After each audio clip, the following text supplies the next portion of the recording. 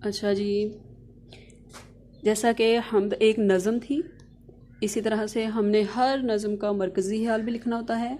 आप मरकज़ी ख़याल लिखने के लिए सेंटर में हेडिंग देंगे मरकज़ी ख़याल।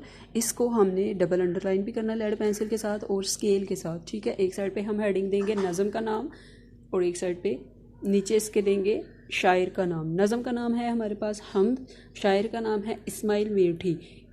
हेडिंग्स हम याद रखें, हर हेडिंग मार्कर से देनी होती है और इसको अंडरलाइन करना होता है, ठीक है ना। बाकी काम आपका सारा पेन का काम है, ठीक है। मरकज़ी ख्याल स्टार्ट करने से पहले आपने थोड़ी सी स्पेस छोड़नी है, उसके बाद स्टार्ट करना लिखना।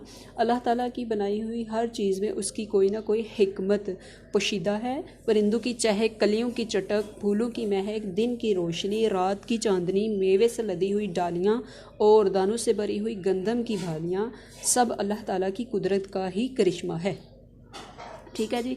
इसके साथ ही हमारा फर्स्ट चैप्टर जो है कंप्लीट हुआ। आपने तमाम नोटबुक वर्क जो है नीट एंड क्लीन करना है। CW2 किया है आज हमने। आप इसे मुकम्मल करें, इसे याद करें अच्छी तरह से, रफ़ कॉपीज़ पे घर पे टेस्ट दें, ठीक है।